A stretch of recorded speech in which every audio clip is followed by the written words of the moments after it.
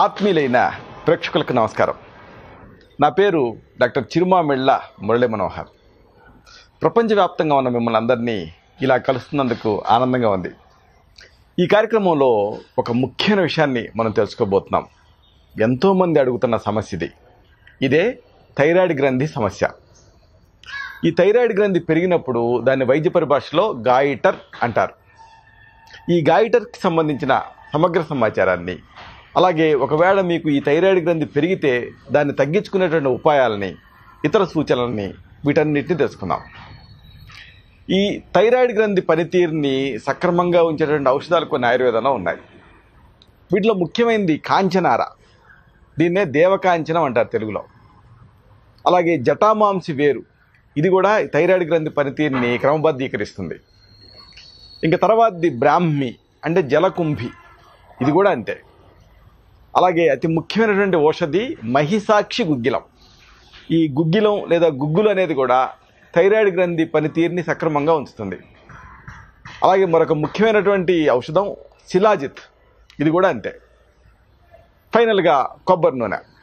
ఇవన్నీ కూడా థైరాయిడ్ గ్రంథి పనితీరుని క్రమబద్ధీకరిస్తాయి. అయితే ఇక్కడ మనం ముఖ్యంగా తెలుసుకోవాల్సింది ఏమిటంటే, థైరాయిడ్ గ్రంథి పెరుగుతుంది కదా, గాయిటర్ అనుకున్నాం కదా, దీనికి కారణాలు ఏమిటి అనేది తెలుసుకోవాలి. వీటిలో ముఖ్యమైనది పోషకాహార లోపం, మాల్ న్యూట్రిషన్ ఉన్నప్పుడు థైరాయిడ్ గ్రంథి సైజు పెరుగుతుంది, అంటే గాయిటర్. అలాగే ఐడిన్ లోపం ఉన్న సందర్భాల్లో కూడా ఈ థైరాయిడ్ గ్రంథి పెరుగుతుంది. ఒకవేళ ఐడిన్ లోపం వల్ల థైరాయిడ్ గ్రంథి పెరిగితే దాన్ని హైపోథైరాయిడిజం అంటారు. అలాగే మరొక కారణం కూడా ఉంది, విటమిన్ ఏ. ఇది లోపించినప్పుడు అప్పుడు కూడా ఈ థైరాయిడ్ గ్రంథి పెరుగుతుంది. అలాగే మెగ్నీషియం తగ్గిన సందర్భాలలో, మెగ్నీషియం లోపం ఉన్నప్పుడు కూడా థైరాయిడ్ గ్రంథి పెరుగుతుంది. ఐరన్ లోపం సరే.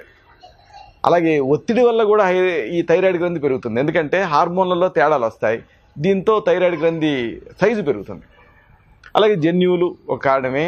ముఖ్యమైన కారణం ఆటో ఇమ్యూనిటీ, అంటే మన వ్యాధి నిరోధక శక్తి వికటించి మన మీదనే దాడి చేయటం. ఇలా థైరాయిడ్ గ్రంథి మీద దాడి చేసినప్పుడు అప్పుడు కూడా థైరాయిడ్ గ్రంథి సైజు పెరుగుతుంది. అలాగే గర్భధారణ కూడా ఒక కారణం, ఎందుకంటే హార్మోన్లలో తేడాలు వస్తాయి కాబట్టి.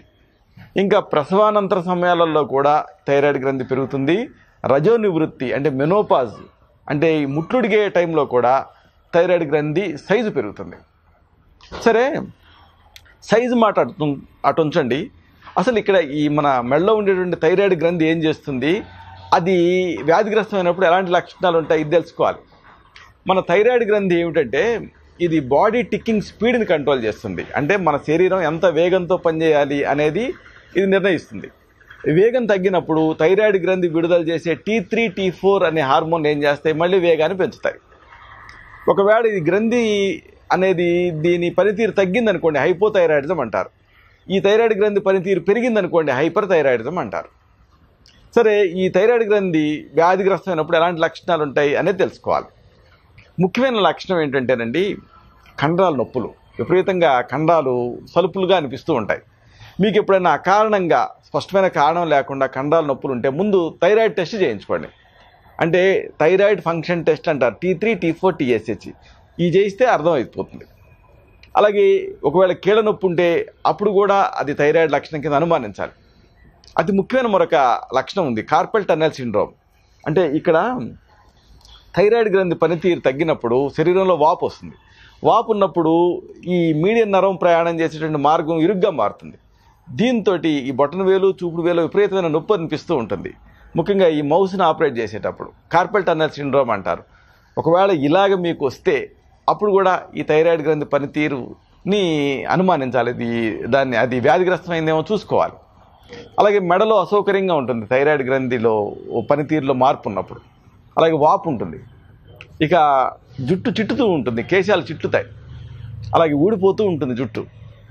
ఇంకా ఈ కనుబొమ్మలు ఉంటాయి కదా, ఈ చివర్లలో ఈ రోమాలు రాలిపోతూ ఉంటాయి హైపోథైరాయిడిజం ఉన్నప్పుడు. అలాగే చర్మాన్ని మీరు గమనించుకోండి, పొడిగా ఉంటుంది చర్మం. అలాగే మల విసర్జనలో తేడాలు వస్తాయి, అంటే మలబద్ధకం ఉండే అవకాశం ఉంటుంది హైపోథైరాయిడిజం ఉన్నప్పుడు, ఎందుకంటే శరీరం పనితీరు తగ్గింది కాబట్టి. అలాగే మహిళలు అయితే బహిష్లో విపరీతమైన నొప్పి అనిపిస్తూ ఉంటుంది హైపోథైరాయిడిజం ఉన్నప్పుడు. ఇక ఒక ఫ్యామిలీ టెండెన్సీ కూడా ఉంటూ ఉంటుంది. అంటే మీ కుటుంబంలో ఎవరికైనా థైరాయిడ్ సమస్య ఉంటే ఈ థైరాయిడ్ కొనసాగేటువంటి అవకాశం ఉంటుంది. అలాగే ఈ థైరాయిడ్ గ్రంథి సమస్య ఉన్నప్పుడు కొలెస్ట్రాల్ పెరుగుతుంది. దాంతో ఇక ఈ గుండె జబ్బుల రిస్క్ పెరుగుతుంది. అలాగే థైరాయిడ్ గ్రంథి పనితీరు తగ్గినప్పుడు కుంగుబాటు ఉంటుంది, డిప్రెషన్, ఆందోళనగా ఉంటుంది, అన్నిటికీ మించి బరువులో తేడాలు వస్తాయి, నిస్త్రాణగా ఉంటుంది. ఇలాంటి ఈ గాయిటర్ ఉన్నప్పుడు థైరాయిడ్ గ్రంథి పెరిగి కనిపిస్తున్నప్పుడు దాన్ని ఎలా తగ్గించుకోవాలి? ఒక చక్కని ఔషధం ఉంది కొబ్బరి నూనెతో. దీని తయారీ తెలుసుకుందాం. మీకు కావాల్సింది 1 టేబుల్ స్పూన్ కొబ్బరి నూనె. కొబ్బరి నూనె అంటుందని కొంతమందికి డౌట్ వస్తుంది, అసలే నూనె కదా, మళ్ళీ ఈ నూనెను తీసుకుంటే మళ్ళీ బరువు పెరిగిపోయి ఇంకా థైరాయిడ్లో అసలే బరువు పెరిగి ఉంటారు కదా ఎలాగా అని. ఇక్కడ విషయం ఏమిటంటే కొబ్బరి నూనెలో మీడియం చైన్ ఫ్యాటీ యాసిడ్స్ ఉంటాయి. ఈ మీడియం చైన్ ఫ్యాటీ యాసిడ్స్ ఏం చేస్తాయి? బాగా శక్తిని విడుదల చేస్తాయి. అంటే ఏమిటి? జీవక్రియ పెరుగుతుంది, మెటబాలిజం పెరుగుతుంది. హైపోథైరాయిడిజంలో మెటబాలిజం తగ్గుతుంది కదా, కొబ్బరి నూనె తీసుకున్నప్పుడు మెటబాలిజం పెరిగి అప్పుడు క్రమంగా సన్నబట్టం మొదలు పెడతారు. అది దీని వెనక సిద్ధాంతం. ఎందుకంటే శారీరక ఉష్ణోగ్రత పెరుగుతుంది కాబట్టి, కెలరిఫిక్ వాల్యూ ఎక్కువ కాబట్టి. అలాగే ఈ కొబ్బరి నూనెతో పాటు 1 కప్పు గోరువెచ్చని నీళ్ళు సిద్ధం చేసుకోండి. కొబ్బరి నూనెని నేరుగా తాగలేని వాళ్ళకి ఈ పద్ధతి. ఎలా తాగాలి? 1 కప్పులో సగానికి వేడి నీళ్ళు తీసుకోండి. ఇప్పుడు దీనికి 1 టేబుల్ స్పూన్ కొబ్బరి నూనె కలపండి. బాగా కలిగి తిప్పేసేసి తాగేయండి. ఇలాగ 40 రోజులు వాడి థైరాయిడ్ పరీక్ష చేయించుకోండి.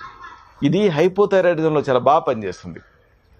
దీంతో మీరు ఇలాగ వాడటం మొదలుపెట్టిన తర్వాత, ఈ మందు పనిచేయడం మొదలుపెట్టిన తర్వాత మీరు వాడే ప్రధానమైనటువంటి ఔషధం ఏదైతే ఉంటుందో దాని డోసుని క్రమంగా తగ్గించుకోవచ్చు.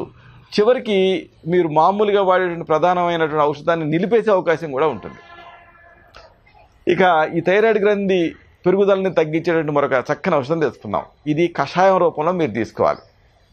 దీనికి మీకు కావాల్సింది కాంచనార చెట్టు బెరడు, అంటే దేవకాంచనం చెట్టు తాలూకు బెరడు 30 గ్రాములు. అలాగే దీన్ని కషాయం కింద తయారు చేసుకుని వాడుకోవాలి కాబట్టి నీళ్లు 4 కప్పులు సిద్ధం చేసుకోండి.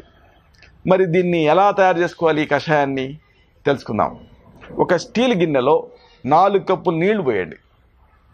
పోసిన తర్వాత 30 గ్రాములు ఈ కాంచనార చెట్టు బెరడు, దీన్ని కచ్చాపచ్చాగా దంచి ఈ నీళ్ళకి కలపండి. కలిపి వీలైతే రాత్రంతా అలాగే నానబెట్టి ఉంచండి. మర్నాడు ఉదయం స్టవ్ మీద పెట్టి మరిగించండి. ఎంతవరకు మరగాలి? 4 కప్పుల నీళ్లు 1 కప్పు మిగలాలి, 1 కప్పు వరకు దిగాలి. అంటే అంతసేపు మరిగించాలి. 10-15 నిమిషాల్లో మరిగిపోతాయి. ఇలా 4 కప్పుల నీళ్లు 1 కప్పు కషాయం వరకు మరిగేటట్లు మరిగించండి. ఇప్పుడు వడబోసుకొని ఇప్పుడు దీన్ని సగం కప్పు ఏమో ఉదయం తాగండి, మళ్ళీ మిగిలింటుంది కదా సగం కప్పు, అది సాయంత్రం పూట కాస్త వేడి చేసుకొని తాగండి. ఏ రోజుకి ఆ రోజు ఇలాగ ఫ్రెష్గా తయారు చేసుకోవాలి, గోరువెచ్చగా తాగాలి. ఇలాగా 2 లేదా 3 నెలలు వాడితే థైరాయిడ్ గ్రంథి పనితీరు గాడిలో పడుతుంది. ఇలాంటిదే మరొక అద్భుతమైనటువంటి ఔషధం. ఇక్కడ ఈ గాయిటర్ని తగ్గించడం ముఖ్యం. దానికి ఒక లేపన ఔషధం తెలుసుకుందాం. అంటే ఎక్స్టర్నల్గా వాడాల్సినటువంటి లేపనం.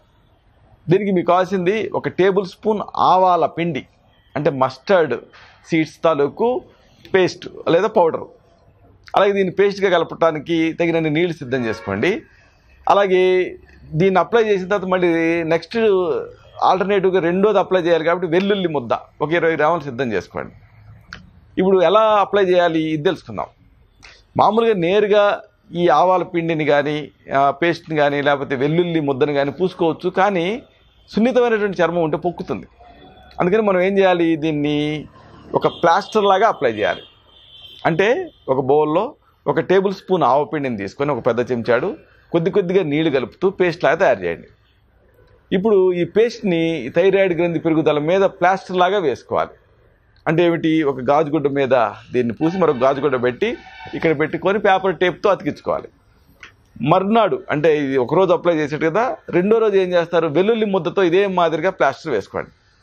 ఇలా మార్చి ఒక 40 రోజులు వాడితే ఈ మెడలో పెరిగినటువంటి థైరాయిడ్ గ్రంథి పెరుగుదల తగ్గటం మొదలు పెడుతుంది. ఇలాగా మీకు అనువైనటువంటి ఒక ఔషధాన్ని తయారు చేసుకొని వాడుకుంటే ఈ గాయిటర్ సమస్య నుంచి మీరు బయటపడతారు. అయితే ఇవన్నీ ప్రథమ చికిత్సలు, గృహ చికిత్సలు. ఒక్కొక్కసారి ఈ సమస్య ఈ చికిత్సల స్థాయిని మించి ఉంటుంది. అలాంటప్పుడు మీ నాడిని చూడాలి, మీ తత్వాన్ని పరీక్ష చేయాలి. మీకు మాత్రమే ప్రత్యేకమైన ఆయుర్వేద ఔషధాలు ఉంటాయి. వీటిని తగిన అనుపాన సహపానాలతో మీకు ప్రిస్క్రైబ్ చేయాల్సి ఉంటుంది. ఉదాహరణకు కాంచనార గుగ్గులు ఇలాంటివి. ఇలాగా మీరు ప్రిస్క్రైబ్ మొత్తం వీటిని ప్రిస్క్రైబ్ చేయడంతో పాటుగా పథ్యాపథ్యాలు కూడా సూచించాల్సి ఉంటుంది. అలాగే వ్యాయామాలను కూడా సజెస్ట్ చేయాల్సి ఉంటుంది. అప్పుడు ఈ థైరాయిడ్ గ్రంథి సమస్య నుంచి మీరు పూర్తిగా బయటపడగలుగుతారు. ఇలాంటి మరొక ఆసక్తికరమైన విషయాన్ని తిరిగి ఇదే కార్యక్రమాల పరంపరలో మనం కలుసుకున్నప్పుడు సవివరంగా, సహేతుకంగా, సమగ్రంగా తెలుసుకుందాం. అంతవరకు సెలవు. శుభం.